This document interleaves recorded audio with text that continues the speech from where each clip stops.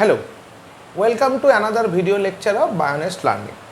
আমরা আমাদের প্রিভিয়াস ক্লাসে ব্রায়োফাইটের সমস্ত রিপ্রেজেন্টেটিভ জেনারা শেষ করেছি এবং ব্রায়োফাইটের জেনারেল ক্যারেক্টারিস্টিক ফিচারগুলোও আমরা শেষ করেছি।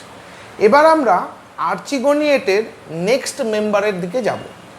তাহলে আমাদের আর্চিগোনিয়েটের নেক্সট মেম্বার হচ্ছে টেরিডোফাইট। টেরিডোফাইটা, ঠিক আছে। টেরন্স মানে হচ্ছে ফ্রন্ট লাইক, দ্যাট ইজ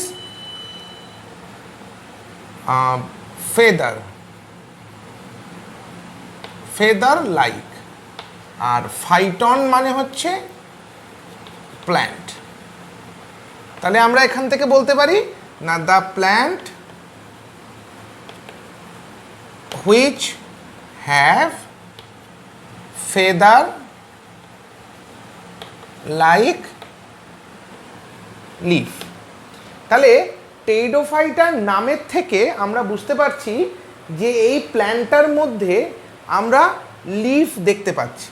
প্রশ্নটা হচ্ছে এই লিফটা ট্রু লিফ না ফলস লিফ। এটা true leaf like higher angiosperm বা higher plants, or false leaf like bryophyte. তাহলে এটা ব্রায়োফাইটের মতন ফলস নাকি হায়ার প্ল্যান্টের মতন ট্রু, সেটা আমাদের এখানে একটা জ্ঞাতব্য বিষয় থেকে গেল। আর আরেকটা জিনিস কি পাচ্ছি, যে যেহেতু এই প্ল্যান্টটা ব্রায়োফাইটের পরেই আসছে, সুতরাং আমরা বলতে পারি the plants are terrestrial in nature.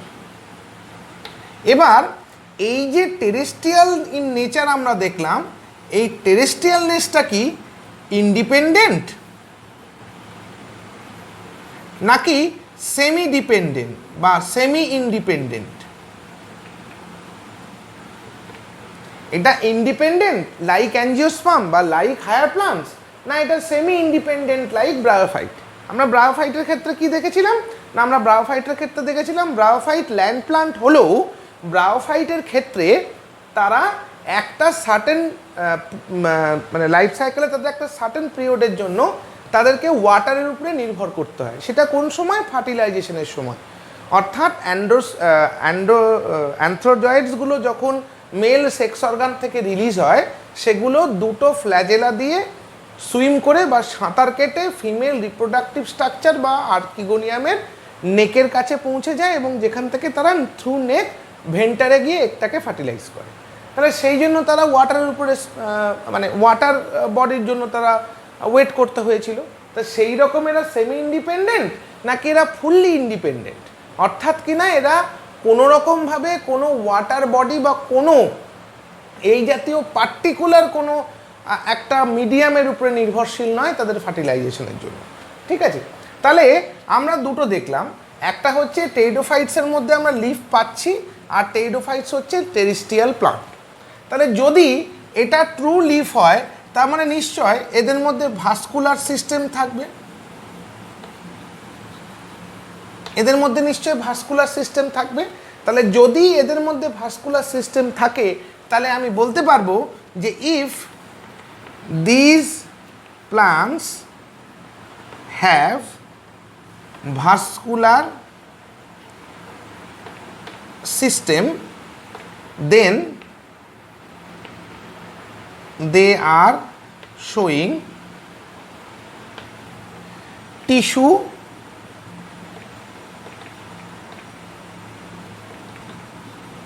differentiation।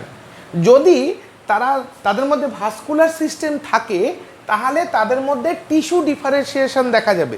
Tissue differentiation মানে যেটাকে আমরা বলি কলার বিভিন্ন রকম বিকাশ, সেটা আমরা এখানে দেখতে পাবো।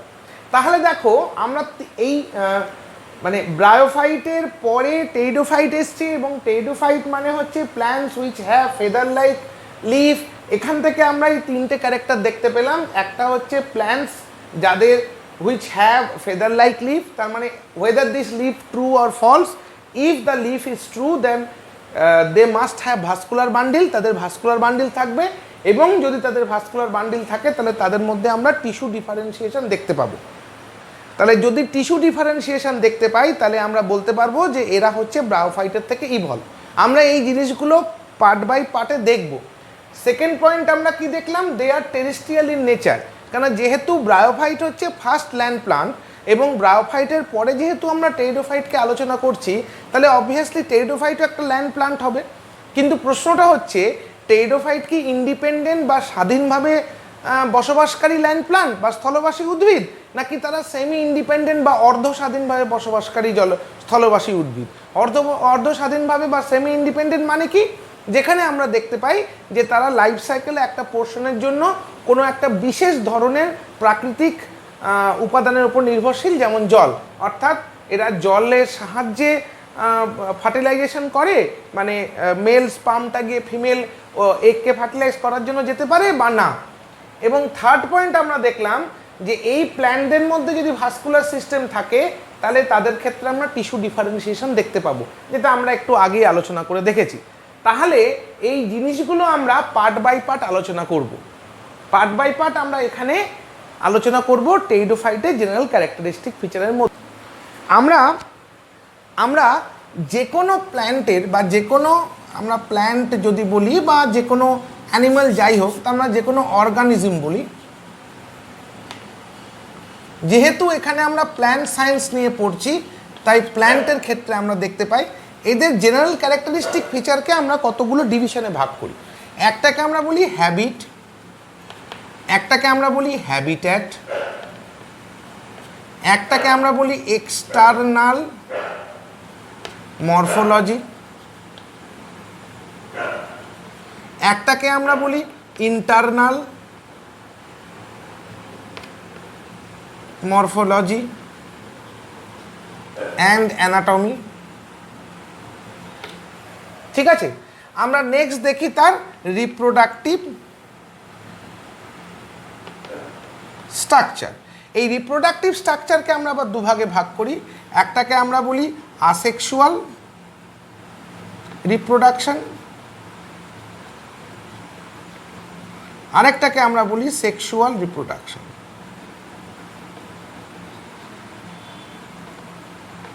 একটাকে বলি আমরা আসেক্সুয়াল রিপ্রোডাকশন, একটাকে বলি আমরা sexual reproduction.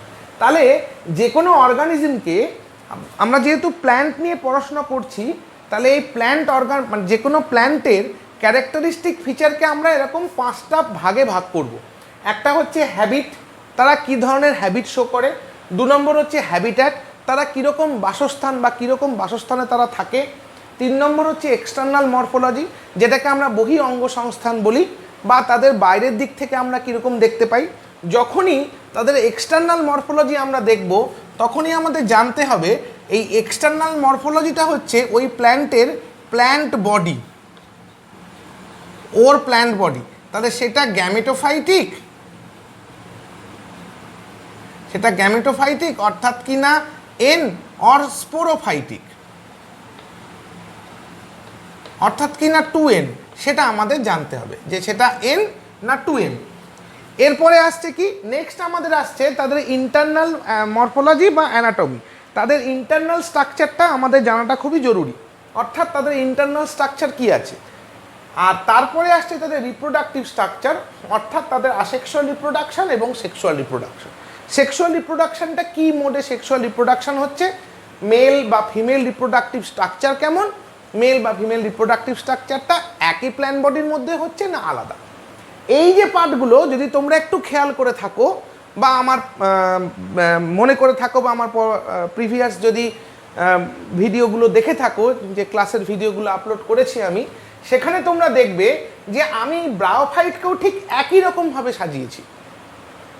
General characters of bryophyte বা ব্রায়োফাইটের যতগুলো আমরা জেনেরা পড়েছি, প্রত্যেকটা জেনেরাকে আমরা এইরকমভাবে সাজিয়েছি।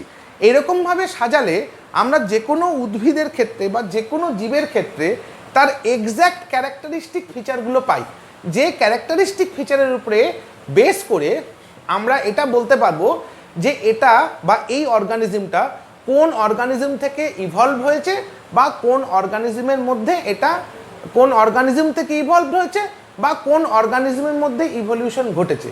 এই জিনিসটা আমরা এখানে দেখতে পাবো।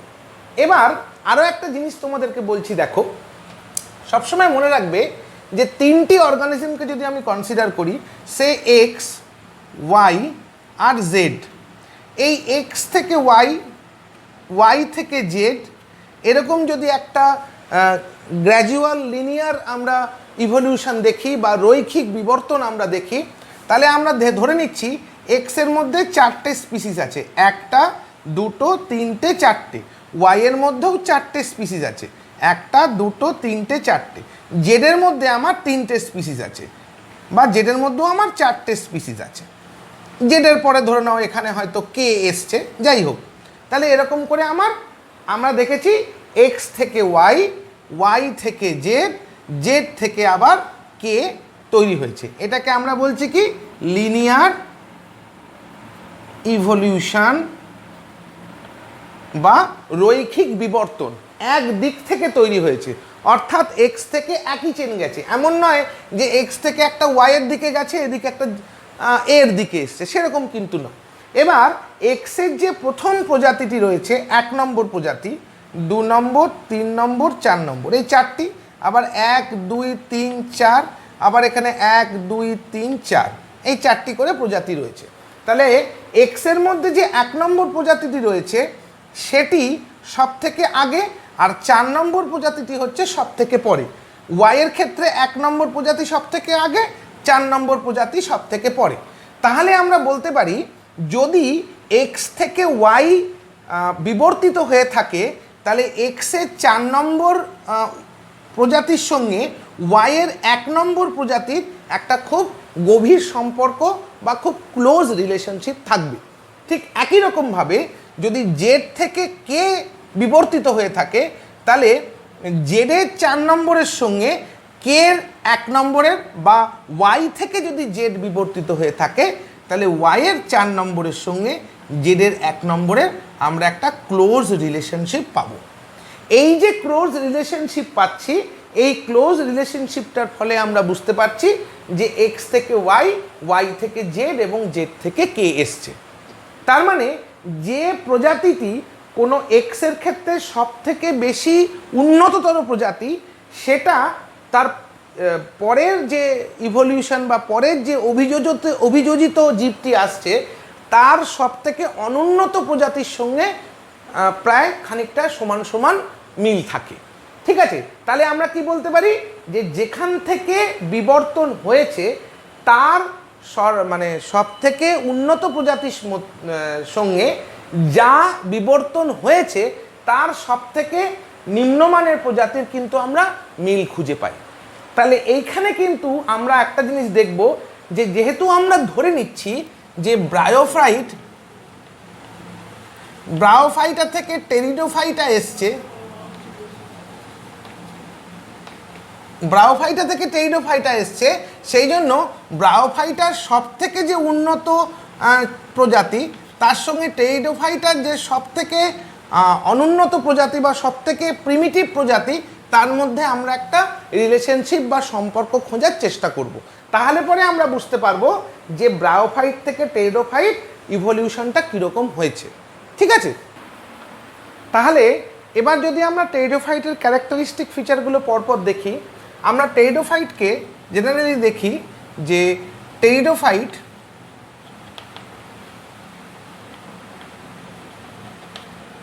এদের বডিকে আমরা 3টে ভাগে ভাগ করতে পারি। একটাকে আমরা বলি রুট, যেটা থাকবে আন্ডারগ্রাউন্ড, একটাকে বলবো আমরা স্টেম, যেটাকে আমরা হচ্ছে অ্যাবভ গ্রাউন্ড, আর একটা হচ্ছে লিফ, যেটা থাকবে আপন দ্য স্টেম। ঠিক আছে, তাহলে টেরিডোফাইটের টোটাল প্ল্যান বডি, এটা হচ্ছে টেরিডোফাইটের প্ল্যান বডি। তাহলে এখানে plan body differentiated into 3 parts, তাহলে এটাকে আমরা কখনো থ্যালয়েড প্ল্যান বডি বলতে পারবো না। তার মানে এদেরকে আমি আর থ্যালাসের মধ্যে আনতে পারছি না। এবার এদের ক্ষেত্রে যে আমরা রুটগুলো দেখি, সেই রুটগুলো ট্রু রুট কিন্তু অ্যাডভেন্টিশাস টাইপের। অ্যাডভেন্টিশাস টাইপ মানে যেটাকে আমরা বলি এক জায়গায় থাকা বান্ডিল রুট, অর্থাৎ এইরকমভাবে অসংখ্য রুট তৈরি হয়েছে। এবার প্রশ্ন হচ্ছে, আমরা ব্রায়োফাইটের ক্ষেত্রে কি দেখেছিলাম? আমরা ব্রায়োফাইটের ক্ষেত্রে দেখেছিলাম স্টেট ওয়েতে যে তাদের ক্ষেত্রে রুট ছিল না। তাহলে ইন ব্রায়োফাইট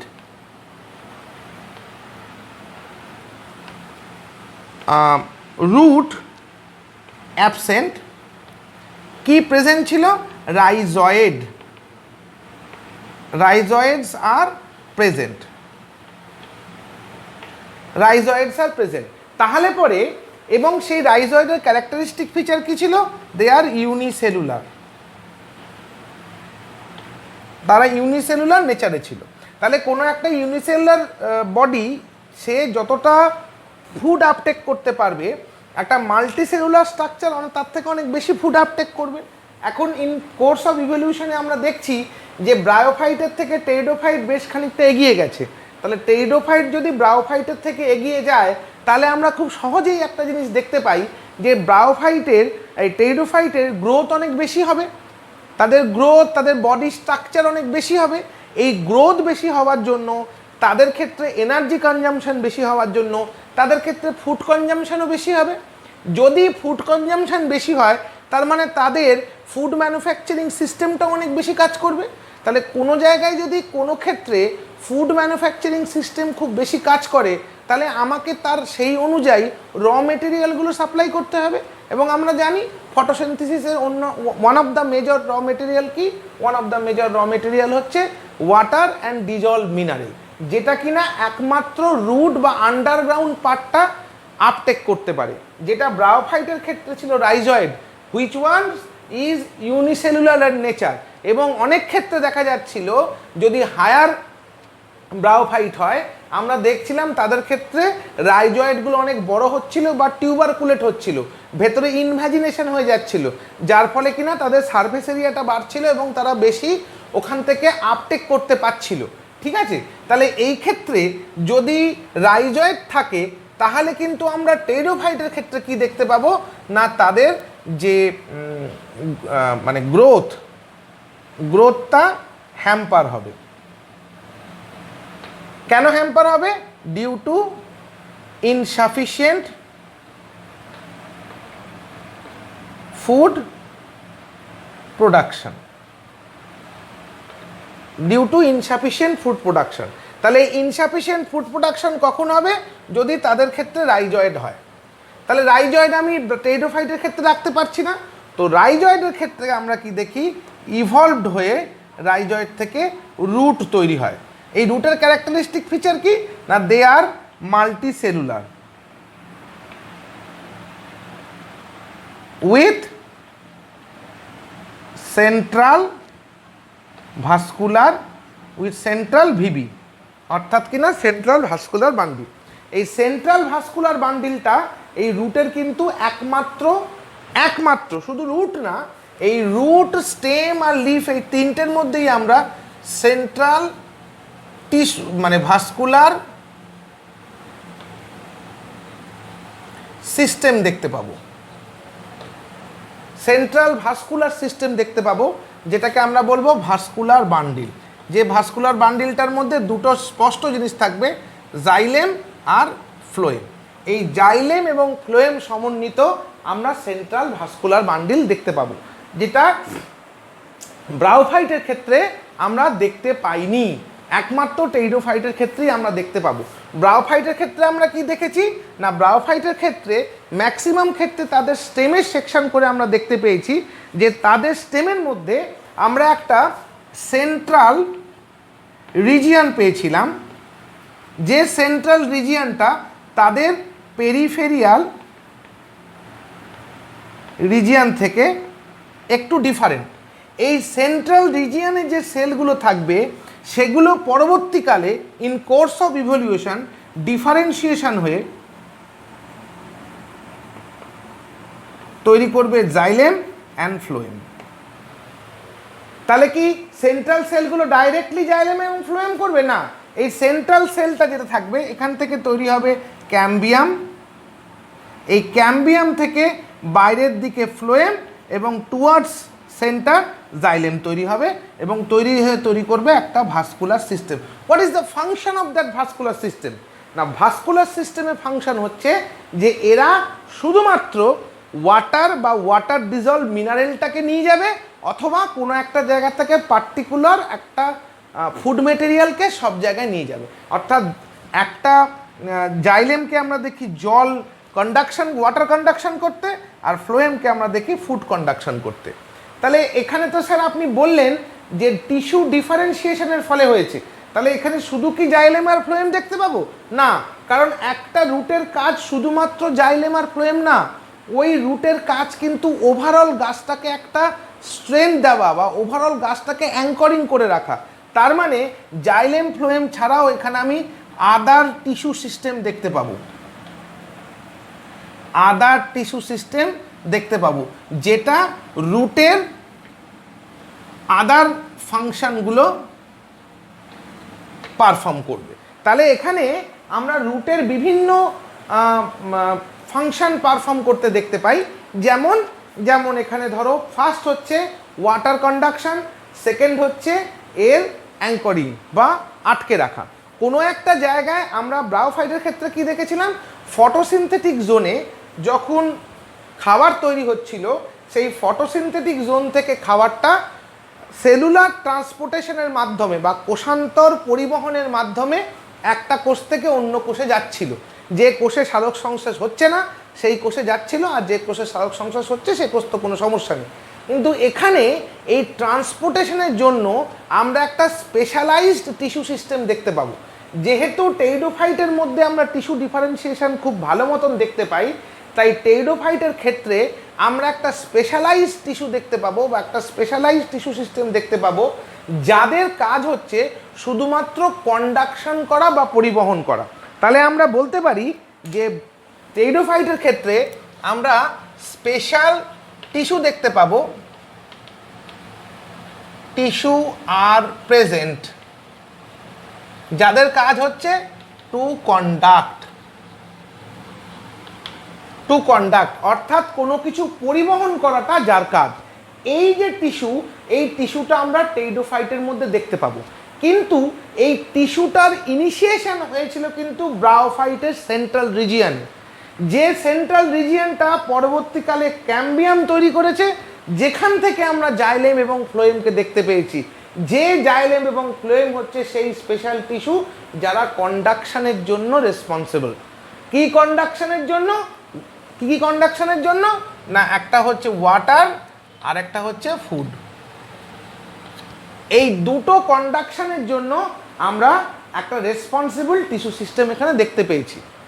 আর কি দেখতে পেয়েছি না, এখানে in association with vascular system, এই কন্ডাকটিভ টিস্যু সিস্টেমের সঙ্গে অ্যাসোসিয়েটেড হয়ে আরও কিছু টিস্যু সিস্টেম ছিল, যে টিস্যু সিস্টেমগুলো এই প্ল্যান্টটাকে মাটিতে খুব দৃঢ়ভাবে অ্যাঙ্কর করে রাখতে বা স্ট্রংলি আটকে থাকতে হেল্প করেছে। Clear? So this is the function of the root found in pteridophyte. তাহলে টেরিডোফাইটের যতগুলো ক্যারেক্টারিস্টিক ফিচার পেলাম, সেই ক্যারেক্টারিস্টিক ফিচারগুলোকে যদি আমরা ছট করে জট ডাউন করে নিই সাইড করে, তাহলে আমাদের পরবর্তীকালে যেতে একটু সুবিধা হবে। আমরা একবার রিক্যাপ করে নিই। তাহলে remember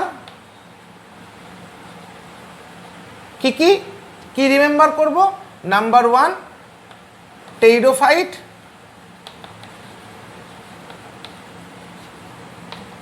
are the descendant of bryophytes। 2 নম্বর হচ্ছে they are the first land plant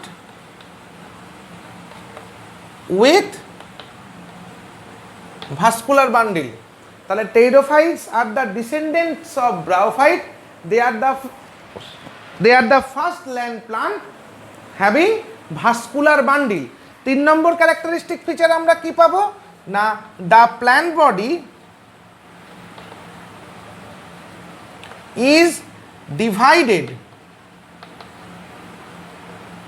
into root, stem and leaf. তাহলে the plant body is divided into root, stem and leaf. 4 নম্বর আমরা কি পাবো না root is of adventitious type. Root গুলো সব adventitious টাইপের রুট, ঠিক আছে, and they have all the characters of primitive root. Primitive root মানে যে রুটটাকে আমরা আগে দেখেছিলাম। So this 4 characteristic features are discussed in our previous lecture. এই 4টে ক্যারেক্টার আমরা জানলাম। Now the stem. এবার যদি আমরা স্টেমটায় আসি তাহলে স্টেমে কি হবে না আমরা দেখব এখানকার যে স্টেম থাকবে সেই স্টেমটা এক্সটার্নালি সফট, আর কোনো কোনো জায়গায় এরা হচ্ছে হারবেসিয়াস, অর্থাৎ এদের স্টেমগুলো সফট, খুব নরম হয় এবং হারবেসিয়াস ছোট আকৃতির হয়, বড় নয়। যদিও কোথাও কোথাও আমরা দেখি স্টেমস আর ভেরি লার্জ, কোথাও কোথাও আমরা স্টেমগুলোকে অনেক বড় হতে দেখি, যেমন ট্রি ফার্ন, আমরা পরবর্তীকালে পড়ব ট্রি ফার্ন, ঠিক আছে। এবার এদের যে স্টেমগুলো থাকে এই স্টেমগুলো কীরকম দেখতে পারি, সামটাইমস স্টেমস আর 1 নম্বর ইরেক্ট। ইরেক্ট মানে এই যদি মাটি হয় এই স্টেম উঠেছে উপরের দিকে, so this is the erect stem, and sometime they are procumbent, that is এই যদি ভূমি হয় তাহলে এই উঠে এই রকমভাবে যাওয়া, so this is the procumbent habitat. তাহলে কখনো কখনো আমরা ইরেক্ট দেখি, কখনো কখনো আমরা প্রোকামবেন্ট দেখি। প্রোকামবেন্ট মানে যখন একটা ইরেক্ট আসে, তারপর একটা প্রস্টেট সিস্টেম আসে, তারপরে আবার ইরেক্ট সিস্টেম যায়, একে আমরা প্রোকামবেন্ট বলি। ঠিক আছে, যদি উল্টো দিকে ঢুলে যায় একে আমরা বলি ডিকামবেন্ট। যাই হোক, তাহলে আমরা এখানে ইরেক্ট দেখতে পাই আর প্রোকামবেন্ট দেখতে পাই। এদের আমরা কোনো উড পাই না, তাহলে উড অ্যাবসেন্ট ইন টেরিডোফাইট। টেরিডোফাইটের মধ্যে কোনো আমরা উড দেখতে পাই না, অর্থাৎ কাষ্ঠ, যে মানে কাষ্ঠ বলতে যেটা বুঝি, কাঠ বলতে যেটা বুঝি, সেটা আমরা কখনোই টেরিডোফাইটের ক্ষেত্রে পাই না। তার ফলে এই যে স্টেমটা হয় এটা সফট বা হারবেসিয়াস স্টেম হয়, এটা সফট বা হারবেসিয়াস স্টেম হয়, ঠিক আছে, যার জন্য এটা এরকম করে বেন্ড হতে সুবিধা হয়, এগুলো ঝট করে বেন্ড হতে পারে। এদের যদি আমরা ইন্টারনাল মরফোলজি দেখি, অর্থাৎ কিনা অ্যানাটমি দেখি, এদের যদি আমরা অ্যানাটমি দেখি তাহলে আমরা কতগুলো জিনিস দেখতে পাবো। কি দেখতে পাবো? 1 নম্বর জিনিস যেটা ভাস্কুলার বান্ডিল, সেটা তো আমি দেখতেই পাবো। তার সঙ্গে কি পাবো না, তার সঙ্গে আমরা পাবো এপিডার্মাল সিস্টেম।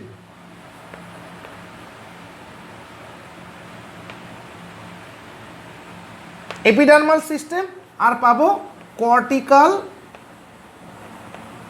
সেল। এখানে আমরা কর্টিক্যাল সেল দেখতে পাবো। টেরিডোফাইটের ক্ষেত্রে আমরা কোনো পিথ অ্যাবসেন্ট, আমরা কোনো পিথ দেখতে পাবো না। পিথ অর্থাৎ যেটাকে আমরা মজ্জা বলি, সেই জিনিসটা আমরা টেরিডোফাইটের ক্ষেত্রে দেখতে পাবো না। এবং আমরা টেরিডোফাইটের ক্ষেত্রে আরেকটা জিনিস দেখতে পাই, যে এদের ক্ষেত্রে ডাইকটোমাস অ্যান্ড মোনোপোডিয়াল। ডাইকটোমাস মানে ওয়াই শেপের, মনোপোডিয়াল মানে হচ্ছে সিঙ্গেল শেপের। এইরকম একটা দিক দিয়ে গ্রোথ হচ্ছে, এইরকম 2 ধরনের ব্রাঞ্চিংই আমরা দেখতে পাই। খেয়াল করে দেখো, ব্রায়োফাইটের ক্ষেত্রে কিন্তু আমরা শুধুমাত্র ডাইকটোমাস ব্রাঞ্চিংটাই দেখেছিলাম।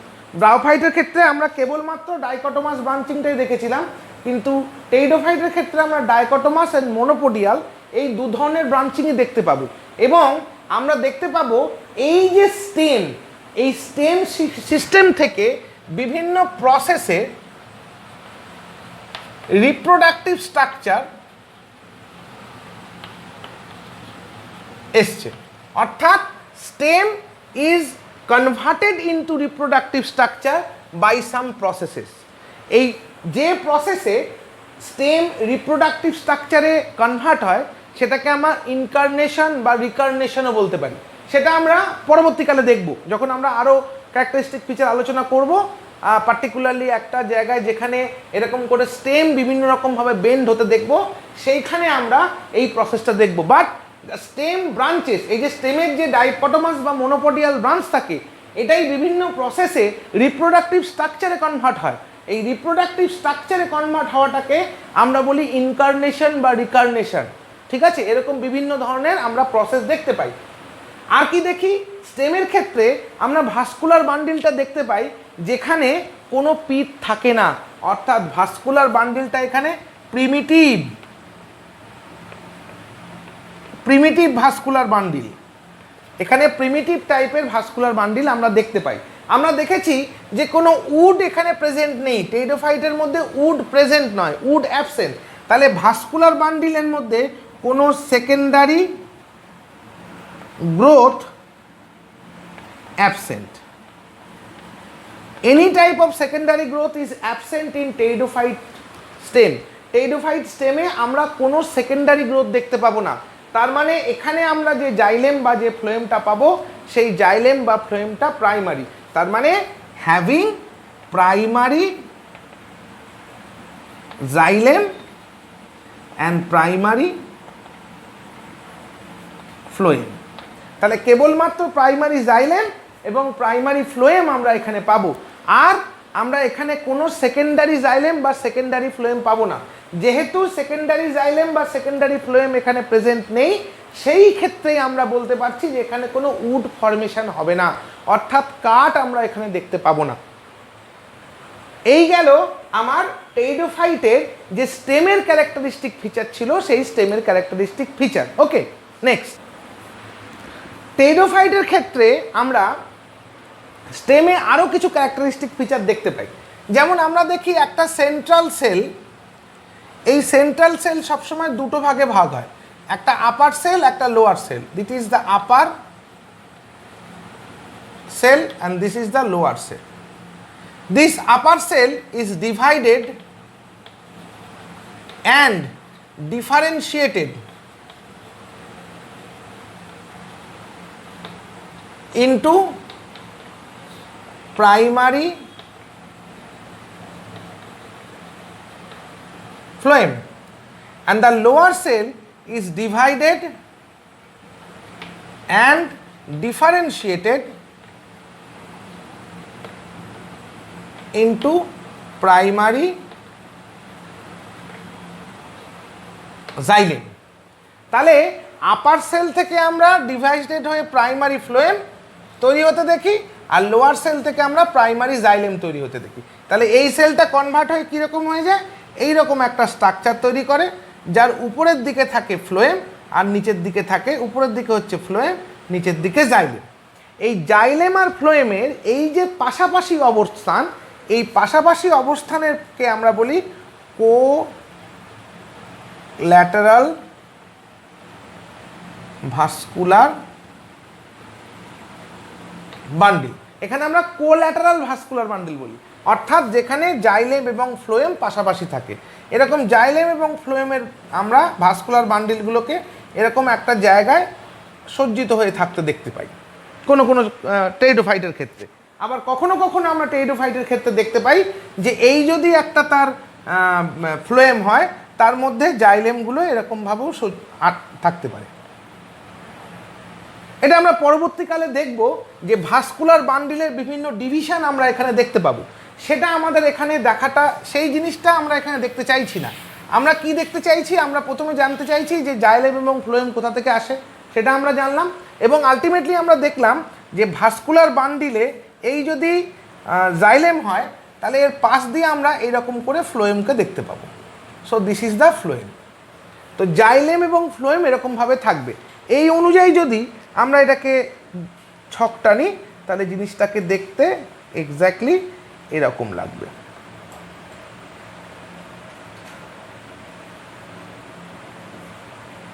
ঠিক আছে, so this is call central xylem core, আর এটাকে আমরা বলবো peripheral phloem. Peripheral phloem. What is the function of central xylem core? Now function of central xylem core is conduction of water and dissolved mineral. And what is the function of phloem? Now phloem এর function হচ্ছে conduction of food material, conduction of food material. ঠিক আছে, এবার এই যে xylem এবং ফ্লোয়েমটাকে দেখতে পেলাম, এই জাইলেম এবং ফ্লোয়েমটা আমার স্টেমের মধ্যে দিয়ে যাচ্ছে। ঠিক আছে, এই জাইলেম এবং ফ্লোয়েমটা আমার স্টেমের মধ্যে দিয়ে যাচ্ছে। এবার দেখা যাচ্ছে যে এই যদি আমি ধরে নিলাম যে বাইরে, আমি আরেকটা অন্য চক দিয়ে দেখি, তোমরা নিশ্চয়ই বুঝতে পারবে। এই হচ্ছে আমার, ধরে নাও স্টেমটা, এটা হচ্ছে স্টেমটা। তার মানে এর বাইরে আমার আরেকটা আবরণী রয়েছে,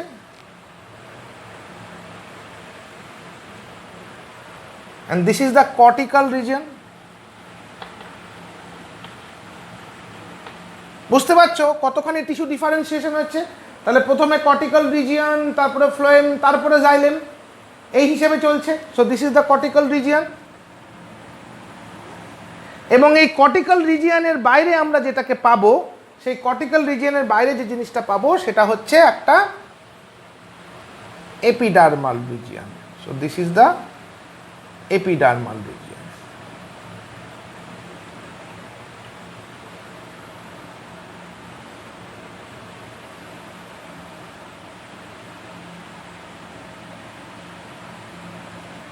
This is the epidermal region.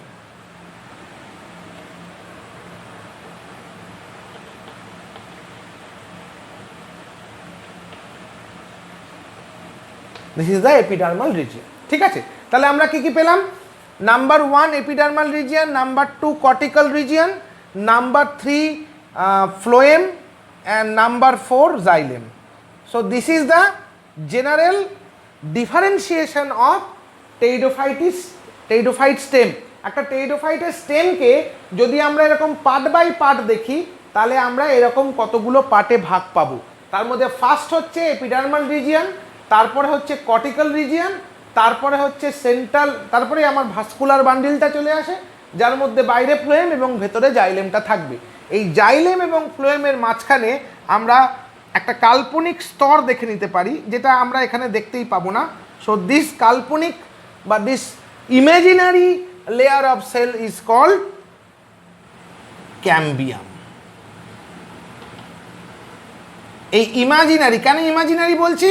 কেন ক্যাম্বিয়াম ওয়াজ টোটালি এক্সটিংক্ট বা এক্সস্টেড বাই ফর্মিং জাইলেম এবং ফ্লোয়েম। জাইলেম বাইরের দিকে ফ্লোয়েম এবং ভেতরের দিকে জাইলেম তৈরি করতে গিয়ে কিন্তু এই ক্যাম্বিয়ামটা পুরোপুরি শেষ হয়ে যায়। সেই জন্য এই ক্যাম্বিয়ামটাকে আমি দেখতে পাবো না। কিন্তু যেহেতু আমি টিস্যুর বিভিন্ন রকম অবস্থানটা এখানে তোমাদের দেখাচ্ছি, তাই সেক্ষেত্রে আমি এখানে হলুদ চক দিয়ে ক্যাম্বিয়াম রিজিয়নটা দেখিয়ে দিলাম। কিন্তু মনে রাখতে হবে, this cambium is totally exhausted by due to formation of phloem and xylem. Xylem এবং ফ্লোয়েম তৈরি করার জন্য এই টিস্যু সিস্টেমটা, এই টিস্যুর যে পার্টটা, অর্থাৎ the ক্যাম্বিয়াম is totally exhausted. Okay, next আমরা এই যে সেকশনটা দেখলাম, আমি দেখো এখানে কালার করে দিয়েছি যাতে তোমাদের বুঝতে সুবিধা হয়। Xylem, phloem, central cortical region, outer epidermis বা এপিডার্মাল রিজিয়ন। এইটা হচ্ছে আমার একটা স্টেম ইয়ের হতে পারে, কি বলে, তোমার একটা টেইডোফাইটের হতে পারে। তাহলে এবার এখানে আমরা আরেকটা কি দেখি না, টেইডোফাইটস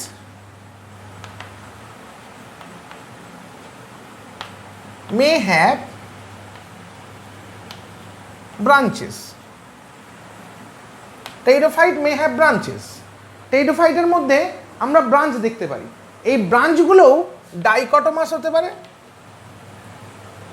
অথবা মনোপোডিয়াল হতে পারে, যেটা একটু আগে আমরা বলছিলাম যে ডাইকটোমাস বা মনোপোডিয়াল হতে পারে।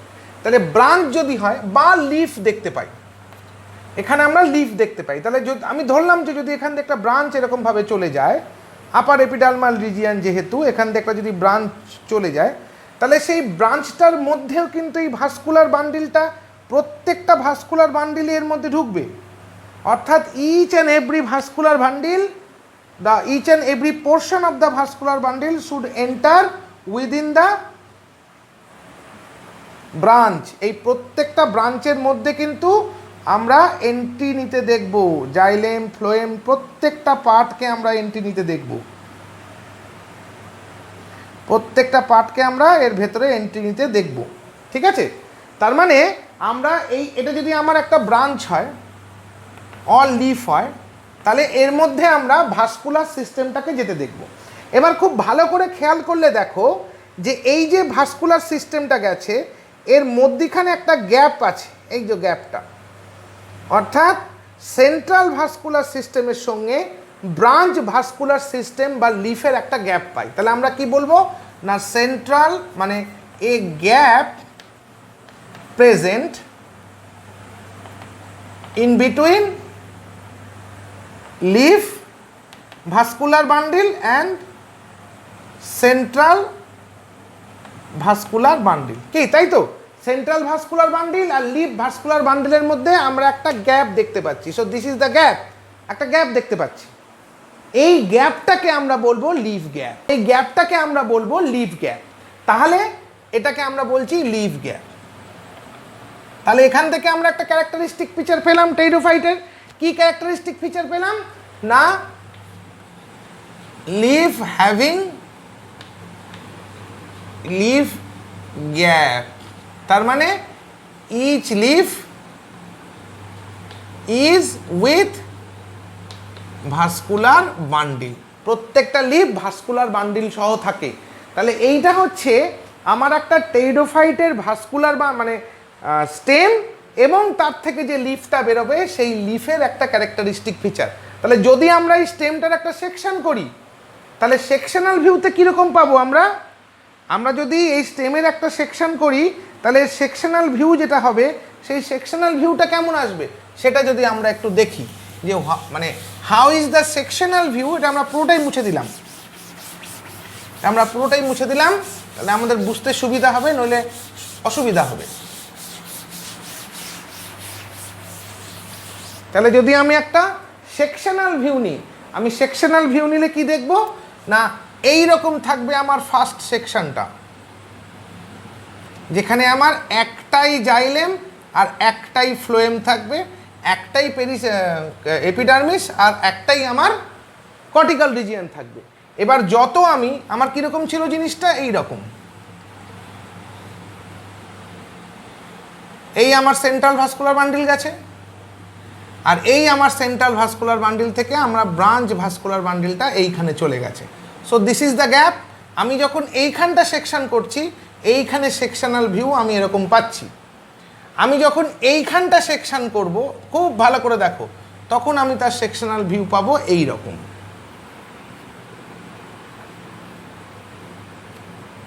এই রকম আমি তার সেকশনাল ভিউ পাবো।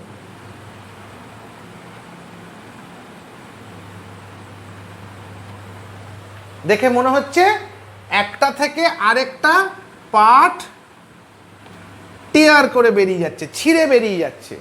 এরপরে যখন আমি এর আরেকটু ওপরের দিকে যাব, অর্থাৎ এই লিফ গ্যাপটার এখানে যখন আমি সেকশন করব, তখন আমি কি দেখতে পাবো, তখন আমি দেখতে পাবো আমার এই একটা ভাস্কুলার বান্ডিল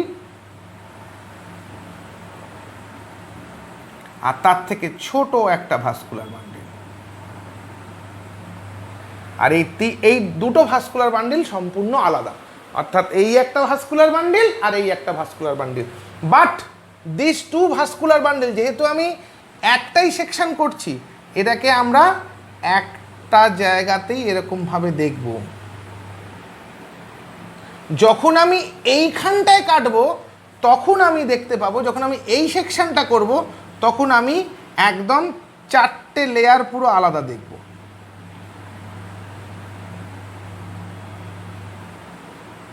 চারটে লেয়ার পুরো আলাদা দেখব। এইটা কি ইন্ডিকেট করে, এটা ইন্ডিকেট করে আউটার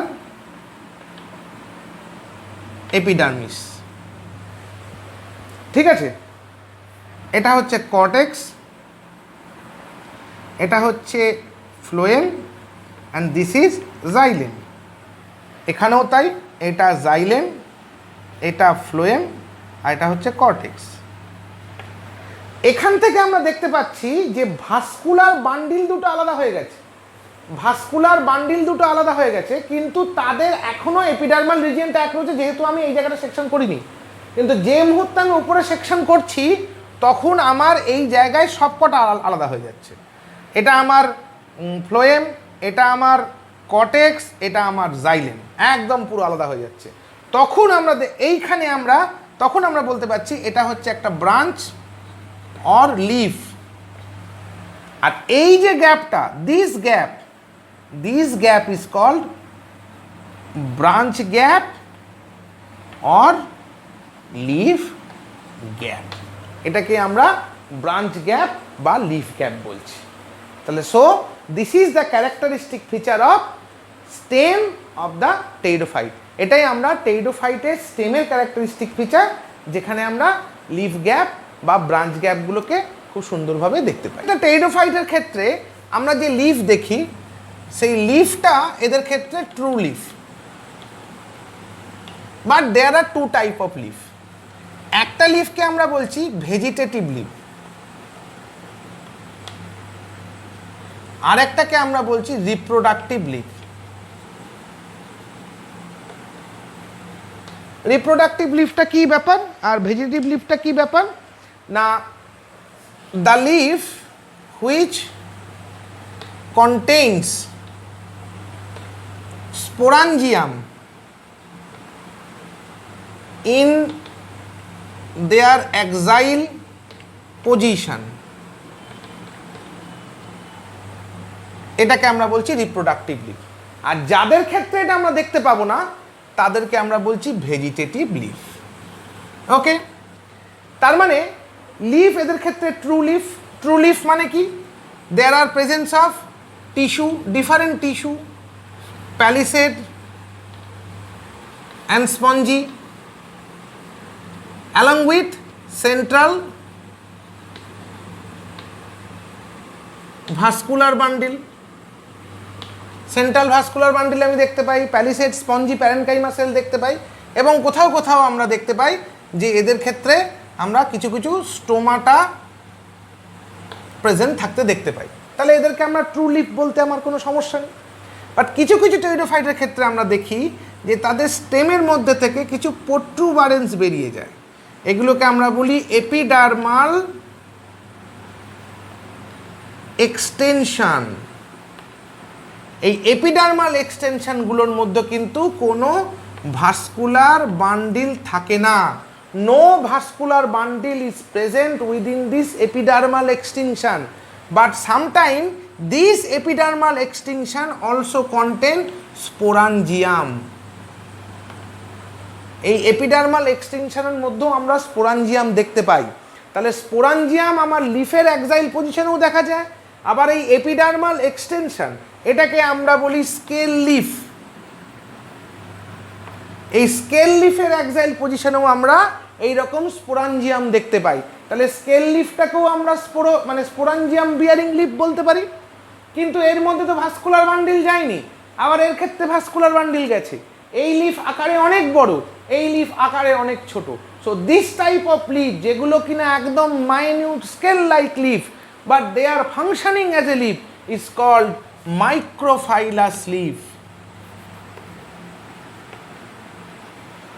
মাইক্রোফাইলাস লিফ। আর যেগুলো বড় ট্রু লিফ সেগুলোকে আমরা বলছি মেগাফাইলাস লিফ। তাহলে on the basis of structure লিফকে আমরা আবার দুভাগে ভাগ করতে পারি। একটাকে আমরা বলি মাইক্রোফাইলাস, আর একটাকে আমরা বলি মেগাফাইলাস।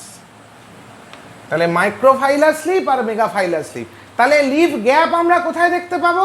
না, মেগাফাইলাস লিফের মধ্যে আমরা লিফ গ্যাপ দেখতে পাবো। তাহলে মেগাফাইলাস লিফের যদি ক্যারেক্টারিস্টিক ফিচারগুলো আমাদেরকে ঝটপট লিখতে বলা হয়, আমরা ফার্স্ট ক্যারেক্টার দেব কি? লার্জ। 2 নম্বর দেবো কি?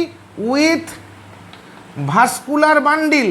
3 নম্বর কি দেব না হ্যাভিং প্রমিনেন্ট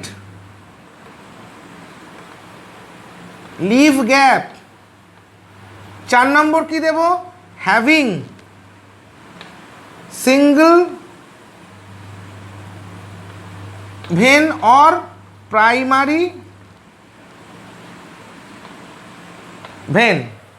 তাহলে having single vein or primary vein, তার মানে এই যদি আমার একটা লিফ হয় তাহলে তার ক্ষেত্রে আমরা মাঝখান দিয়ে এরকম করে একটা সেন্ট্রাল ভেন বা সেন্ট্রাল নার্ভ দেখতে পাবো, যার বাইরে আমরা এরকম মার্জিন সাইড পাবো, বা যেটাকে আমরা বলি পত্র কিনারা। তোমরা ক্লাস 11-এ পড়েছো পত্র কিনারা। আর এর এক্সাইল পজিশনে আমরা কিছু কিছু ক্ষেত্রে বা ম্যাক্সিমাম ক্ষেত্রেই দেখতে পাই যে একটা করে স্পোরাঞ্জিয়াম থাকে। তাহলে স্পোরাঞ্জিয়াম বিয়ারিং লিফ, তাহলে leaf with sporangium called sporophyll. Leaf with sporangium is called sporophyll. এবং আমরা আমাদের প্রিভিয়াস এক্সপিরিয়েন্স থেকে বলতে পারি যে স্পোরাঞ্জিয়াম কাকে বলবো না the spore bearing sac like স্ট্রাকচারকে আমরা বলবো স্পোরাঞ্জিয়াম। তাহলে স্পোরাঞ্জিয়াম, তাহলে spore bearing sac like structure that is sporangium, যে লিফের মধ্যে থাকে সেই লিফটাকে আমরা বলছি স্পোরোফিল। তাহলে এই লিফকে আমরা অ্যাকচুয়ালি যে লিফটা থাকে সেই লিফকে আমরা দুরকমভাবে ভাগ করতে পারি। একটাকে আমরা বলি ভেজিটেটিভ লিফ, একটাকে আমরা বলি রিপ্রোডাক্টিভ লিফ, একটাকে আমরা বলি মেগা মাইক্রোফাইলাস লিফ, আরেকটাকে বলি আমরা মেগাফাইলাস লিফ। তাহলে লিফকে আমরা টোটাল 4টে ভাগে ভাগ করতে পারি, ভেজিটেটিভ আর রিপ্রোডাক্টিভ, মাইক্রোফাইলাস আর মেগাফাইলাস লিফ। এই হচ্ছে আমার লিফের সমস্ত ব্যাপার। এই লিফগুলো কি হয় না লিফের আরেকটা ক্যারেক্টারিস্টিক ফিচার হচ্ছে দ্য লিফ আর সিম্পল।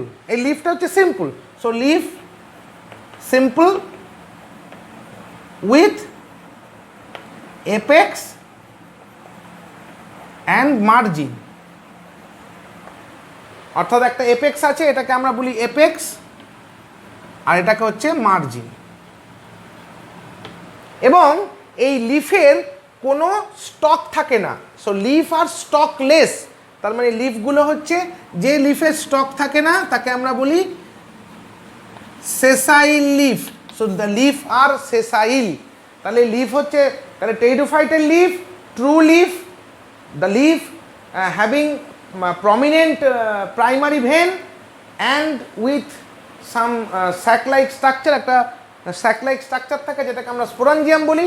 তাহলে স্যাক লাইক স্ট্রাকচার বা স্পোরাঞ্জিয়াম কন্টেনিং লিফকে আমরা বলি স্পোরোফিল।